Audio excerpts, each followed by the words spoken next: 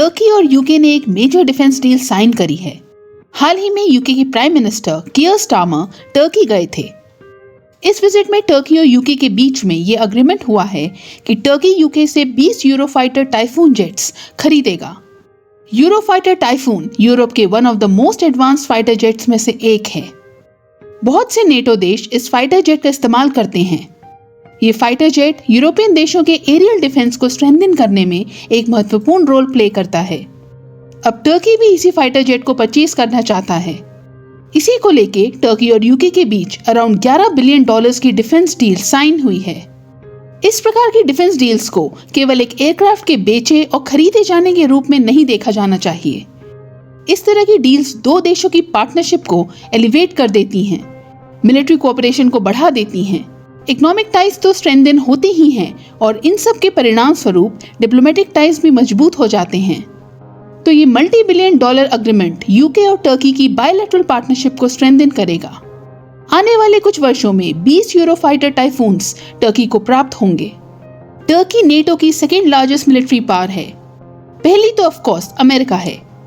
Second largest military power होने का मतलब ये है कि टर्की नेटो अलायंस की ओवरऑल डिफेंस स्ट्रेंथ में एक मेजर रोल प्ले करता है, स्पेशली जब ट्रम्प के अंडर अमेरिका का नेटो अलायंस में इन्वॉल्वमेंट रिड्यूस होता हुआ दिख रहा है। ऐसे में नेटो में अमेरिका के बाद सबसे बड़ी मिलिट्री पावर होने के कारण टर्की अलायंस का एक बहुत ही महत्वपूर्ण प्लेयर है। ऐसे में टर्की के लिए यह आवश्यक हो जाता है कि वह अपनी एजिंग एयरफोर्स को अपग्रेड करे, अपनी मिलिट्री को मॉडर्नाइज करे। काफी वर्षों से टर्की अमेरिका के F-16 फाइटर जेट से काम चला रहा है। ये अब काफी पुराने हो चुके हैं। अब मार्केट में नए, ज्यादा एडवांस्ड, बेहतर टेक्नोलॉजी वाले फाइटर जेट्स आ चुके हैं। इसलिए टर्की अब अपने पुराने F-16 फाइटर जेट्स को रिप्लेस करके नए, बेटर परफॉर्मिंग और मोर केपेबल फाइटर जेट्स लेना चाहता है। इसमें एक अच्छा ऑप्शन था यूरोफाइटर टाइफून, जिसे टर्की ने अपने लिए चुन लिया।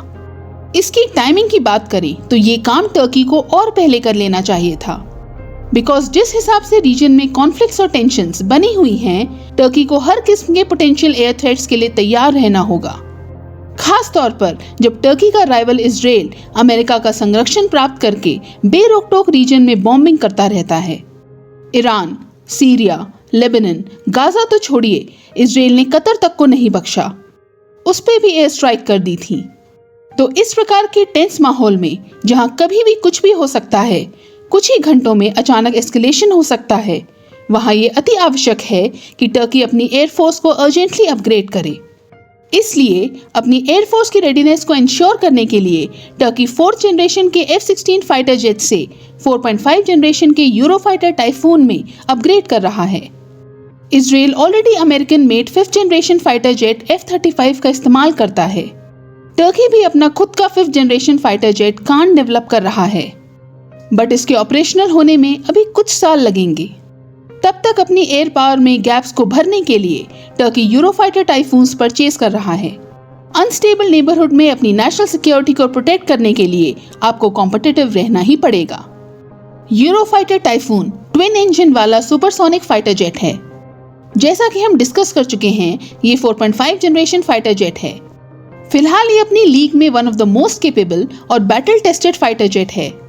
Eurofighter typhoon Libya, Syria, Iraq, Yemen जैसी जगहों में मल्टीपल कॉम्बैट ऑपरेशंस में पार्टिसिपेट कर चुका है और अपनी मल्टी रोल कैपेबिलिटी को साबित कर चुका है। इसका मिशन सक्सेस रेट भी अच्छा है। एडवांस मिसाइल्स को इसमें इंटीग्रेट किया जा सकता है।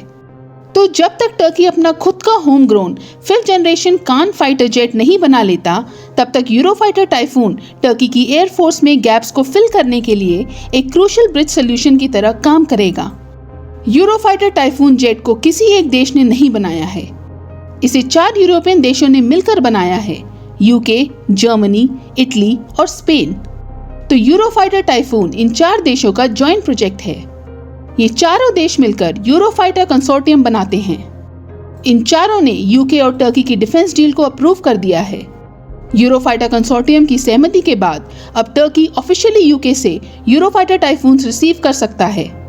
इसके लिए टर्की के राष्ट्रपति रेसेप तैयब अर्दोआन ने यूके के कंसोर्टियम पार्टनर्स जर्मनी, इटली और स्पेन को धन्यवाद भी दिया। अपनी एयर पावर को मॉडर्नाइज करके टर्की मिडिल ईस्ट में स्टेबलाइजिंग रोल प्ले कर पाएगा। अनसर्टेनिटी और कॉन्फ्लिक्ट से भरे रीजन में पावर बैलेंस मेंटेन कर पाएगा। टर्की रशिया के साथ अपने टाइज को मेंटेन रखते हुए नेटो मेंबर्स के साथ डिफेंस और इकोनॉमिक कोऑपरेशन बढ़ा रहा है। काफी चतुराई से टर्की नेटो और रशिया के बीच बैलेंसिंग एक्ट प्ले कर रहा है।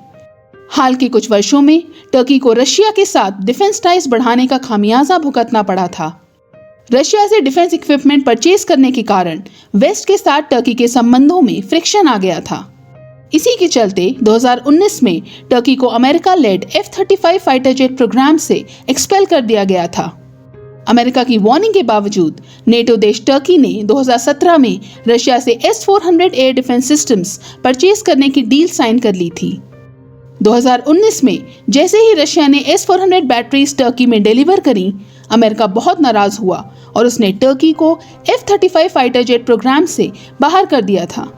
अब 2025 में यूके से यूरोफाइटर टाइफून जेट्स की डील करके टर्की ने खुद को वेस्टर्न डिफेंस नेटवर्क में रीइंटीग्रेट कर लिया है। इससे नेटो मेंबर्स की आपस में यूनिटी स्ट्रॉन्ग होगी। ये डील दोनों देशों के लिए विन विन साबित होगी। टर्की अपनी एयरफोर्स को मॉडर्नाइज करके डिफेंस मेंटेन कर पाएगा, रीजन में कॉम्पिटिटिव रह पाएगा, अपनी नेशनल सिक्योरिटी इंश्योर कर पाएगा। वहीं यूके को मेजर इकोनॉमिक एडवांटेजेस होंगे। 20 यूरोफाइटर टाइफून्स के ऑर्डर से यूके की एरोस्पेस मैन्युफैक्चरिंग सेक्टर में जॉब्स क्रिएट होंगी। यूके के डिफेंस एक्सपोर्ट्स इंक्रीज होंगे जो देश में ग्रोथ को ड्राइव करेंगे। ओवरऑल नेटो यूनिटी स्ट्रॉन्ग होगी, अलायंस के बीच में कोऑपरेशन बढ़ेगा।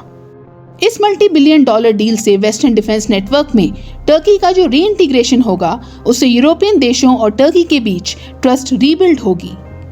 एक तरह से UK Turkey Eurofighter deal NATO alliance के अंदर टर्की की पोजीशन को रीएस्टैब्लिश करने के लिए एक टर्निंग पॉइंट साबित होगी।